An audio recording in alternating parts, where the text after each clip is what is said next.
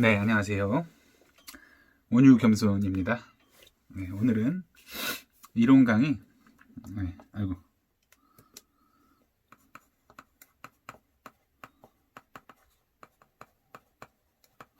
보강토 작업에 대해서 한번 말씀드려 볼게요. 네, 어디까지나 초보자들에게 제가 아는 정도의 지식만 이론적으로 한번 알려드리는 거니까, 초보자들에게 좀 도움이 됐으면 좋겠습니다. 물론 제가 말씀드리는 거는 제 경험 가지고만 말씀드리는 거기 때문에 틀린 정보가 있을 수도 있다는 거 유념하시고요. 네, 보강토 작업은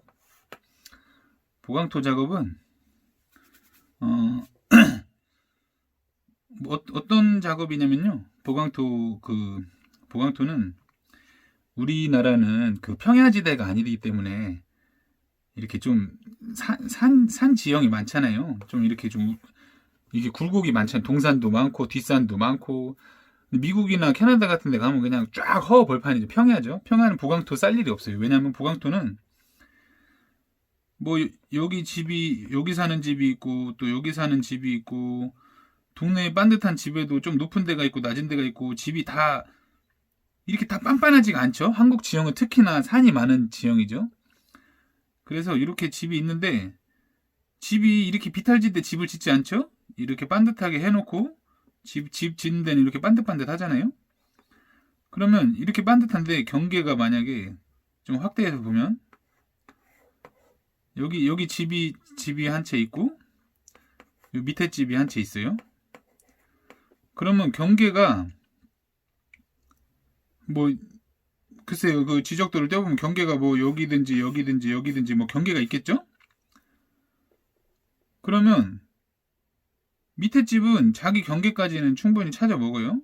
그럼 만약에 밑에 집에서 내 경계가 여기니까 여기를 이렇게 깎아 먹어요? 여기를 깎아 먹으면 위에 집 흙이 자꾸 흘러내리겠죠?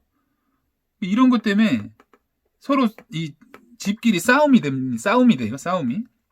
그러면 윗집에서 우리는 자꾸 우리 집 까먹으니까 니네가 옹벽 쳐라. 아니면 뭐 돌을 쌓든 니네가 알아서 해라. 이러고 밑에는 또 무책임하게 막 땅을 막 파고 들어가죠. 자기 땅 찾아 먹으려고. 그럼 이 싸움이 돼요. 싸움이.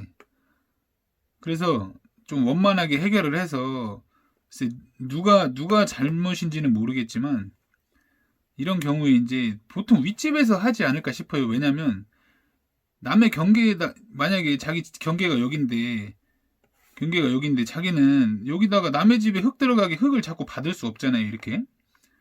그러니까 이 사람이 여기다가 이제 여기 딱 자기 경계에 맞춰서 석축을 한다든지 돌을 싼다든지 뭐 자연석을 싼다든지 아니면 이 보강토 작업을 하는 거예요.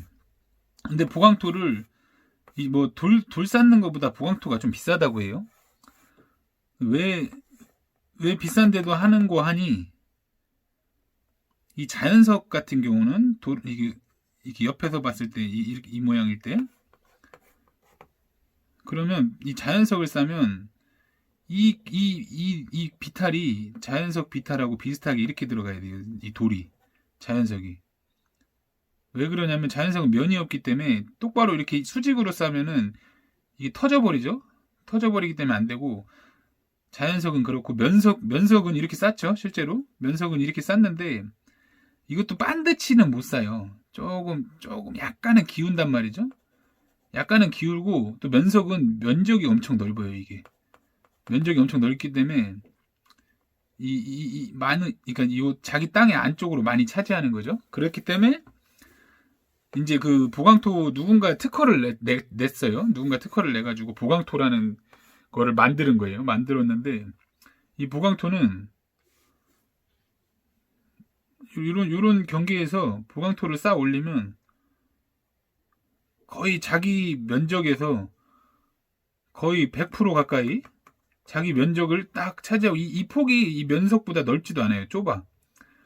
그러면 이렇게 쌓아놓으면은 자기 집이 이렇게 있으면 만약에 여기도 경계가 여기면 여기다 보강토 싸서 올리면 자기 집의 이 마당의 이 공간을 활용할 수가 있는 거예요. 높으면 높을수록 이 공간이 많이 활용돼요. 높으면 높을수록 이게 반드시 못 세우, 이 흙이 이렇게 누워져야 되잖아요. 높으면 높을수록. 왜냐면 자꾸 올라갈수록 자꾸 위로 안으로 들어가니까요. 그러니까 자기 집을 다 못 찾아 먹는단 말이에요. 자기 면적을. 한 평도 되게 비싸잖아요, 요즘. 그래서 비싼 돈 주고 보강토 작업을 한다. 뭐 용도에 따라 자연석을 쌓으면 뭐 눈에 보이기 더 이쁘고 그러면 자연석을 쌓는 게 더 좋을 때도 있고 면석을 쌓는 게 더 좋을 때도 있고 또 가격에 이제 비례해서 뭐 선택을 하는 거죠. 근데 보강토가 제가 보기엔 좋은 것 같아요. 왜냐면 면석이나 자연석도 보기는 좋은데 자기 그 공간이 작은 공간이 아니잖아요. 뭐 차를 하나 대고 싶어도 못 댈 수도 있는 거고 요 공간 때문에. 그러니까 보강토가 조금 비싸도 좋을 것 같아요. 그래서 보강토를 많이 하시는데 이거 말씀드리기 전에 보강토는 중요한 게 보강토 일을 가실 때 그 수급 문제를 정확히 하고 가셔야 돼요. 수급. 왜냐하면 보강토는 이 큰 기업에서 하는 것도 있지만 대부분 전원주택지 아니면 개인이 이렇게 조그맣게 맡아서 하는 것들이 많은데 수금이 잘 안 됩니다. 수금이. 왜냐면 큰 기업에서 하면은 뭐 수금이 잘 될 텐데 이거는 이 전원주택지나 이런 데 가면은 뭐 보강토뿐만이 아니라 수금이 안 되면은 잘못하면 날라버리면 어떻게 뭐 보강토 싼 데 가가지고 보강토 헐어버릴 수도 없는 거고 이 수금 문제를 항상 확인하고 가셔야 돼요. 돈이 안 나올 수 있는 확률이 좀 있습니다. 제가 처음 장비 배울 때 아버지도 한번 보강토 일하러 갔는데 느낌이 안 좋아서 사람들이 좀 없어요. 사람들이 없는데 전원주택지에서 막 보강토를 작업을 하는데 아니나 다를까 그 저녁쯤 돼서 어떤 덤프 기사를 만났는데 아버지한테 그러더라고. 아 형님 여기 뭐 믿고 와서 일하냐고. 저 새끼 아이고.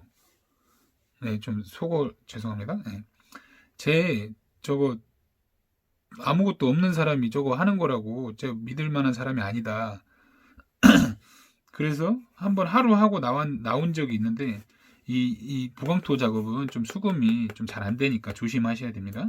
이거 가장 중요하고 또 일단 보강토 작업은 아까 말씀드렸다시피 이렇게 비탈진 집에 전원주택지가 특히 산 밑에 이렇게 전원주택지가 많잖아요. 그러면 이거를 여기까지 푹 빠서 전원주택지를 쫙 단지를 조성하지 않아요. 이렇게 약간 이런 식으로 조성을 하죠. 예, 단차를 주고 여기를 이제 이 번면이 이제 이 공간이 아까워서 보강토를 치는 거예요. 그 어떤 이제 그 회사 건물 같은데도 회사 입장에서도 이렇게 보강토를 세워서 그 건물을 더 증축도 하고 그러죠. 예, 그럴 때 보강토를 쓰고 예, 보강토는 이제 작업을 처음 들어가면 만약에 이렇게 흙이 이렇게 있었어요. 그럼 여기 보강토를 싼다. 그러면 장비기사가 가서 첫 번째로 해야 될 거는 경계를 파악하죠. 경계가 뭐 이쯤에 경계가 있습니다. 이렇게 표시를 해주면 여기에서 몇 전을 파라고 말을 할 거예요. 이 보강토가 딱 땅바닥에서 시작하는 게 이렇게 딱딱 시작하는 게 아니에요. 이 측면에서 본 거예요. 예, 보강토는 땅바닥에서 시작하는 게 아니라 한 단에서 두 단, 많게는 세 단 정도를 이렇게 땅 속에 묻어서 이렇게 올라옵니다. 예, 여기서부터 바로 올라오지 않아요. 그러니까 텁하기를 어떻게 해야 됐죠? 텁하기를 요 높이로 딱 이렇게 텁하기를 합니다. 근데 요 높이로 하면 안 됩니다. 왜냐면 보강토가 그냥 흙에도 올라가는 게 아니라 바닥에 공구리를 쳐요. 공구리 얇게. 예, 꺼지지 말라고 그러는 침하되지 말라고. 예, 그래서 바닥에 공구리 높이까지 해서 텁하기를 이렇게 합니다. 예, 텁하기를 이런 식으로 흙을 팍 까서 제끼는 거죠. 근데 이 흙이 일단 노리가 잡혔기 때문에 흙이 부족하겠죠. 보강토 쌓으려면 흙이 부족하겠죠. 근데 그래서 이 흙도 자기가 팔 닿는 데에다가 만약 위에 작업을 할 수 있으면 위에다 이렇게 제껴 놓다든지 밑에서 작업을 할 거면 밑에다 이렇게 제껴 놓다든지 아니면 정 공간이 없으면 자기가 이 장비가 이쯤 쓸 거예요 아마. 아니면 요 위에서 쓴다든지 그럼 장비가 쓸 자리라도 퍼가지고 장비가 좀 올라서면 되잖아요. 바닥에 놓든지 이렇게 좀 흙을 좀 가까운 데 두시는 게 좋아요. 왜냐면 흙이 많이 필요하거든요.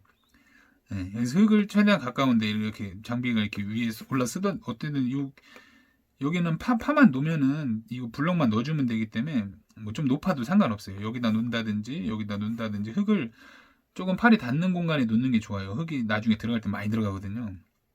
그리고 이제 보강토 올라가면 흙량이 부족하기 때문에 흙량은 알아서 시킬 수 있게 흙이 뭐 부족할 것 같아요 이렇게 얘기를 해도 좋고요. 네, 그 작업 반장이 알아서 판단하실 거예요. 그런 거는 이제 작업 반장한테 좀 원지를 해줄 수도 있고 알아서 하실 것 같아요. 네, 그러면 이렇게 버림 높이까지 이렇게 깊이 팝니다. 파가지고 여기도 위험하지 않게 좀 놀이 좀 잡아가지고 이렇게 팠어요. 첫 번째 이게 버림 기초 치는 게 첫 번째 임무입니다. 여기 뭐 가다를 대는 경우도 있고 굳이 뭐 버림이니까 그냥 이렇게 맞춰서 파주면 여기다 그냥 바닥에 칩니다. 레미콘을. 레미콘을 치는 게 1차예요. 덮하기 했고 레미콘 쳤어요. 그리고 그 전에 이제 뭐 보강토가 이제 지게발에 이렇게 팔레트에 이렇게 실려옵니다. 근데 팔레트가 한번 쓰고 버리는 팔레트들이라 약해요. 보강토에 실려오는 팔레트 보면은 나무가 되게 엉성하게 짜져 있으니까 조심히 떠가지고 보강토가 가볍긴 한데 이게 좀 뭐라 그러지 잘 쏟아져요. 그러니까 띠 잘 맺어 있는지 잘 보고 아무튼 요 파기 전에 뭐 보강토를 내린다든지 아니면 여기 골재가 많이 들어가요. 골재 아니면 석분 이런 거를 잘 이제 그 공간을 잘 활용할 수 있게 골재 같은 경우도 흙 놓다가 흙 놓을 자리가 좀 남으면 그냥 골재도 바닥에 놓고 그냥 밟고 다녀도 돼요. 아니면 근거리에 놓을 때 있으면 놓고 그 조금 이런 골재나 뭐 흙이나 보강토 이런 거를 좀 배치를 잘 해놓으면 좋아요. 그래서 바로바로 쓸 수 있게끔 배치를 잘 해놓는 그거는 이제 자기 장비 기사의 센스죠. 정 안 되면 뭐 이렇게 뭐 첫 단을 맞춘다든지 이럴 약간의 이게 너무 바쁘진 않아요. 이게 계속 꾸준하게 일이 있긴 한데 잠깐 틈이 날 때 이런 건 좀 뭐 만약에 정 놀 자리가 없다면 좁은 데서도 할 경우가 많이 있거든요. 보강토도 넓은 데면 좋죠. 넓은 데면 그냥 야드 넓게 해서 자기가 받을 수 있는 곳에 가까운 팔 닿는 곳에 다 놓으면 좋은데 이 좁은 전원주택지도 있잖아요. 그런 데 가면은 하여간 잘해서 다른 거는 뭐 보강토 같은 거는 좀 멀리 놓더라도 바로바로 팔레트로 갖고 있게 한번 자리를 잘 심시티를 잘 해가지고 이렇게 하면 좋습니다. 네. 팠어요. 일단 팠고 공구리도 쳤다고 치자고요. 공구리 치고 예, 공구리 치고 이제 뭐 양생까지 다 됐어요. 그러면 이제 첫 단이 잘 중요하죠. 여기서 이제 그 보강토 전문가 반장님이 오실 거예요. 이거는 또 처음 한 분들이 잘 못해요. 이거는 해본 경험이 있어야 하기 때문에 반장님들이 옵니다. 반드시. 그러면 양쪽에 이제 야리가 다 띄워가지고 첫 단을 놓는데 첫 단을 잘 맞춰야 돼요. 왜냐면 이게 위로 얼마나 쌓 올라갈지 되게 높은 보강토도 있거든요. 쫙 높게 이렇게 했어요. 그러면 첫 단에는 제 경험으로는 이제 여러 가지 공법이 있는데 석분을 좀 깔아주더라고요. 석분을 좀 깔아달라고 해서 석분을 쫙 깔아주니까 그거를 이제 얇게 석분을 깔아가지고 이 공구리 버림친 게 완전 이렇게 막 미끄러지듯이 반듯한 게 아니다 보니까 거기다 석분을 놓고 이렇게 맞추더라고요. 쭉 이걸로 예를 들면 이렇게 1단을 쭉 놓습니다. 쭉 그렇게 해서 이제 꼬무망치질을 해서 높이를 기가 막히게 반듯하게 맞춥니다. 1단이 중요하죠. 1단을 맞추고 한 여기서 첫 번째 3단까지 놓나? 1단이나 2단이나 뭐 3단 이렇게 놨어요. 그러면 이 보강토 특허 이게 왜 이렇게 일자로 쭉 쌌는데 앞으로 왜 안 무너지나 좀 궁금하지 않으신가요? 이게 보강토 해본 사람들은 아는데 이렇게 그렇게 크지도 않은 돌이 이렇게 쫙 일자로 쌓여있는데 이게 안 넘어가요 앞으로. 그게 어떤 특허가 있는 거냐면 한 3단에서 제가 알기로 3단 정도 쌌는데 3단에서 4단 정도 4단도 하는 데가 있는 것 같아요. 2단은 너무 많은 것 같고 하여간 3, 4단 중에 한 번 그 그리드라는 그 칼로 잘 찢어지지 않는 합성 PVC 재질이라고 해야 되나? 나이론 끈 같은 게 막 촘촘히 있는 것 같은 그런 이렇게 한 2m 폭에 이렇게 롤로 감겨 있는 뭐라고 설명드려야 되나? 제가 인터넷에 찾아봐서 있으면 사진을 여기다 탁 띄워드릴게요. 그 그리드라는 이게 까만 메쉬 망 같은 게 있어요. 약간 나이론 재질 같은 그런 게 이렇게 롤로 탁 감겨 있는데 그거를 여기서 이제 3단 놓고 조금 여기다 이제 골재를 넣고 흙을 이렇게 좀 메운 다음에 여기 흙을 까내려서 좀 메워요. 그런 다음에 여기를 로라를 깨끗하게 때려요, 면을. 로라를 때릴 때 흙을 좀 부족하면 흙을 더 넣어주고 골재 부족하면 넣어주고 해서 이 면을 깨끗하게 맞춥니다. 로라로 다짐을 꼭 해야 돼요. 다짐을 하고 여기다 이제 3단 놨죠. 그러면 그리드라는 걸 이렇게 딱 여기까지 잘라서 그리드를 딱 놓습니다. 한 2m 정도 되는 그 망을 착 요 보강토에 겹칠 수 있게 보강토에 딱 겹칠 수 있게 이렇게 그리드를 놓고 요 밑에는 로라로 다짐을 했죠. 흙발이 단단해요. 그리드를 놓고 이제 여기다 보강토를 다시 놓습니다. 자, 3단으로 예를 들을게요. 3단을 놓습니다. 보강토를 3단을 놨어요. 그런 다음에 골재를 또 여기다 채웁니다. 그 다음에 흙을 요만큼 채우고 로라로 심껏 다집니다. 그런 다음에 그리드를 딱 놓죠. 3단에 한 번씩 그리드, 3단이나 4단에 한 번씩 그리드를 놓는데 그 그리드라는 게 이 보강토를 잡고 있는 거예요. 그래서 이게 이렇게 반드시 올라가도 다른 석축이나 돌 같은 거는 뒤로 이렇게 쌓여야지 반드시 쌓다가 앞으로 무너지죠. 근데 이게 안 무너지는 이유가 이 그리드, 이게 특허 공법이에요. 근데 이 그리드도 제가 본 거는 그냥 일반적인 그 메시망 같이 생긴 건데 또 이렇게 띠같이 생긴 것도 있더라고요. 그거는 저는 경험을 안 해봐서 모르겠는데 띠같이 생긴 것도 있고 이것도 특허가 여러 가지인 것 같아요. 그 방법의 종류가 여러 가지인데 원리는 똑같습니다. 원리는 이렇게 땅을 싹 다져가지고 그리드를 놓으면은 이 토합이 흙의 그 무게가 대단하거든요. 로라로 때렸지 흙의 무게가 대단하지. 이렇게 누르고 있으니까 얘네가 그 위에서 중력에 의해서 누르고 있는 힘이 얘네가 딱 버티고 있는 거예요. 얘네가 딱 잡고 있는데 이게 잘 안 끊어져요. 칼로도 잘 안 끊어질 정도로 튼튼해요. 그거를 중력이 누르고 있으니까 보강토가 꽉 눌리니까 앞으로 안 무너지고 얘네가 잡아주는 거예요. 이렇게 딱 위에 눌리는 중력하고 그리드가 잡고 있는 힘하고 이렇게 안 쏟아지게. 그래서 이게 특허 공법입니다. 그래서 보강토 작업을 해본 사람들은 눈치껏 이거를 다 알아서 이제 하는 거죠. 그래서 이 지금 시청하시는 분들도 보강토가 처음이라면 이런 걸 알고 가시면 원리가 그렇다는 걸 알고 일머리를 처음 가봐도 보강토 해봤냐 물어보면은 이 정도 이제 아니까 해봤다 이렇게 살짝 위트 있게 넘어가시면서 이런 거를 알고 가시면 좋습니다. 이게 1톤 로라로 때리는 경우도 있고 큰 데는 로라 큰 걸로 때려요. 막 10톤 로라로 막 이런 거 때리면 넓게 해드려야죠. 그리고 그 골재가 꼭 들어가야 돼요. 골재. 여기다 골재를 넣는 거죠. 골재가 왜 들어가냐면 이것도 하나의 그 뭐라고 해야 돼요. 이게 석축인데 비가 오면 비가 스미면 여기가 이제 흙이 만약에 곤죽이 된다고 치면 이 곤죽이 민단 말이죠. 앞으로. 그럼 잘못하면 터질 수도 있기 때문에 이 물이 흙하고 섞이면 굉장히 곤죽이 그게 안 좋잖아요. 토질도 안 좋고 그 물이 하여간 배수가 안 되면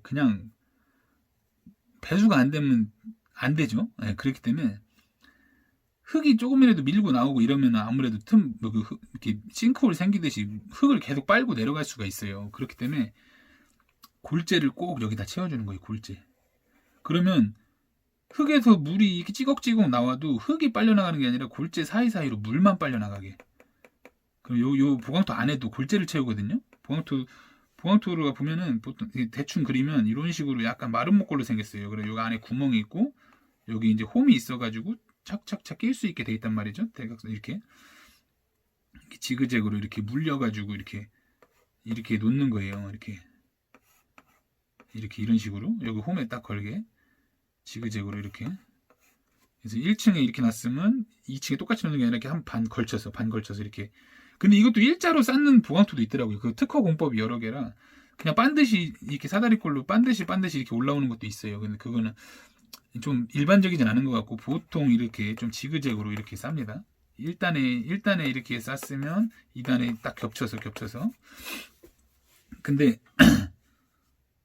요 사이사이에 구멍이 뚫려 있기 때문에 그러니까 이 보강토 돌이 이렇게 사다리꼴이면 이렇게 구멍이 뚫려 있어요.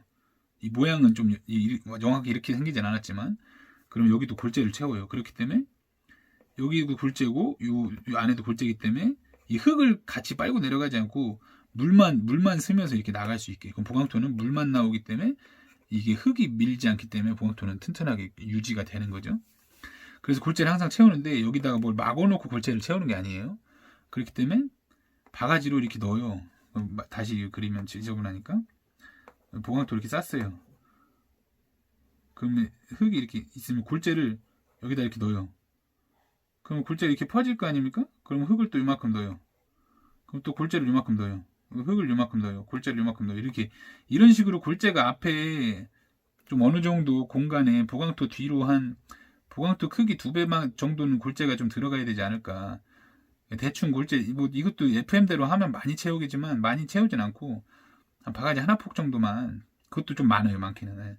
아무튼 이런 식으로. 왜냐면 여기 딱 막혀 있는 게 아니기 때문에 골재를 좀 넣고 그 위에다 흙을 좀 덮고 골재를 좀 넣고 흙을 좀 덮고 이게 깨끗하게 일자로 쌓이지 않겠지만 이렇게 쌓여가지고 아무튼 이 보강토에 닿는 부분은 골재가 닿을 수 있게 이렇게 골재를 꼭 버줘야 됩니다. 이게 중요해요. 골재를 잘못 버주면 이 보강토가 잘못하면 터지면 골치 아프잖아요. 네, 이런 식으로 작업을 한다.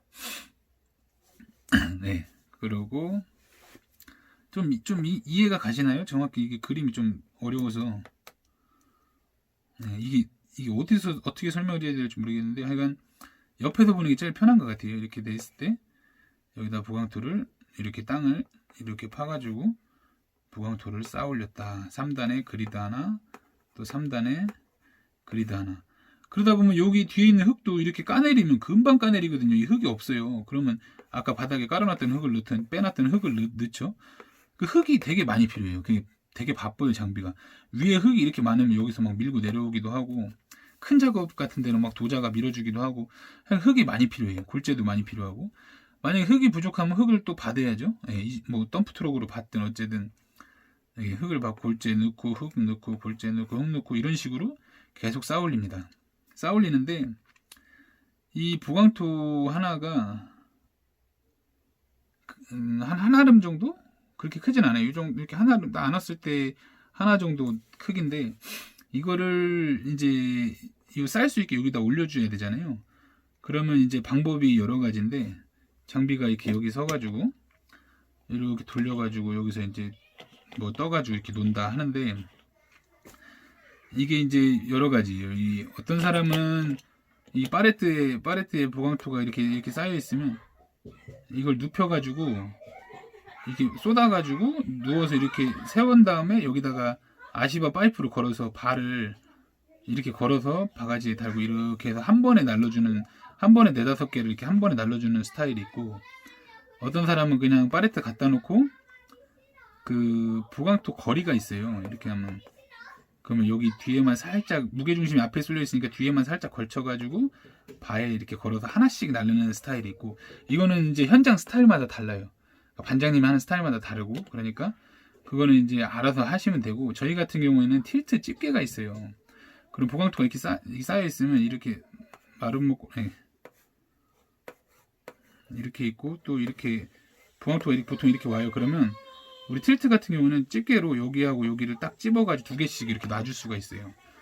그러니까 그거를 아는 사람들은 우리 같은 경우는 이제 틸트는 집게로 이거를 조그만 앞에 바가지 앞에 달려 있잖아요. 띄고서 이렇게 2개씩 이게 날려주면 사람하고 호흡을 안 맞춰도 되기 때문에 되게 편해요.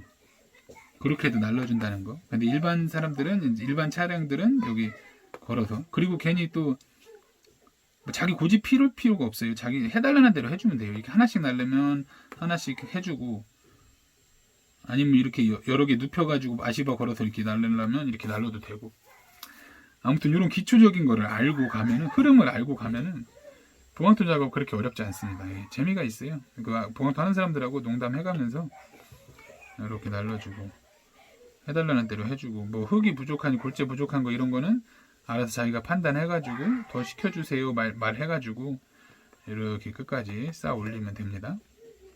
그런 다음에 이렇게 마지막까지 이렇게 올라가면 이렇게 그리드 깔고 이렇게 올라가 마지막에 뭐 몇 단 남겨놓고 이제 그럼 그리드를 이제 2단에 한번 깔을 수도 있어요. 이 박자가 잘 맞아야 되니까 끝단이 어딘가 봐서 그렇게 해서 같이 작업을 하고 마지막에는 이제 뭐 캡을 씌우는 경우도 있어요. 캡은 그냥 갖다만 주면 자기들이 본드 칠해서 이렇게 붙입니다.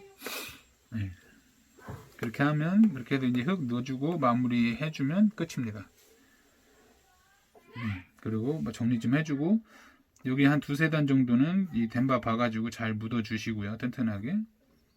이렇게 묻어주시고, 이렇게 보강토를 마무리하고, 수금을 잘 받으시고, 특별히 보강토 하면서,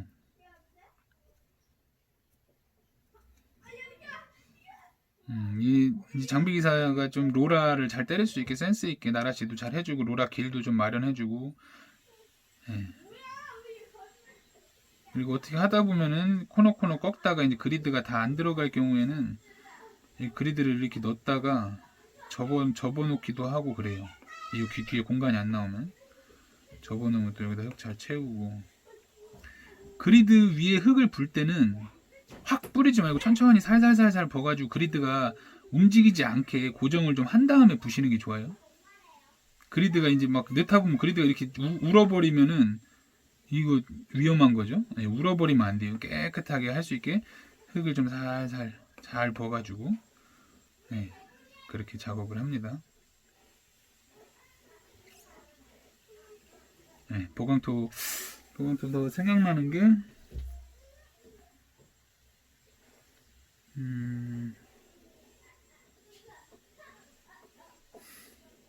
별로 없네요. 정리를 하자면, 이것도 좀 필요할 줄 알고 갖고 왔는데 필요가 없었네요. 정리를 하자면 보강토는 옹벽도 있죠. 옹벽 돌 이게 시멘트로 그냥 가다 대서 옹벽 치는 거. 옹벽 치는 것도 되게 비싸다 그래요. 옹벽이 좋긴 한데 되게 비싸다 그래요. 세면이 많이 들어가고 그러니까. 옹벽을 치든 조경석을 놓든 면석을 놓든 보강토를 놓든 이 자기 그 위에 땅을 차지하기 위해서 한다, 턱을. 그래서 보강토를 놓을 때는 이제 자재 배치를 잘 해야 된다. 골재, 보강토, 흙, 이 세 개를 잘 배치를 한다. 그리고 골재를 잘 넣어야 되고, 흙 잘 메꾸고, 로라질, 그리드를 잘 깔아야 튼튼하다. 그리고 보강토를 거기서 주문하는 대로 잘 날려준다. 그 정도. 뭐 특별히 그냥 작업 순서가 그 정도 된다는 것만 아셔도 처음 가실 때 좀 도움이 될 것 같아요. 저도 뭐 많이 해보진 않았는데 그냥 눈치껏 하니까 되더라고요. 특별히 주의할 사항은 없는 것 같아요. 시키는 대로만 잘 하면 되고, 그리고 이제 보강토 같은 거 날릴 때 그 바에다가 걸어서 보강토 하나씩 날리는데 이게 잘 흔들려 가지고 뭐 사람 머리를 잘 때리거든요. 조심하셔야 되는 거. 그 정도만 알고 계시면 좋을 것 같아요. 더 생각나는 게 없어서 여기까지 하겠습니다. 초보자분들께 도움이 됐으면 좋겠습니다. 감사합니다.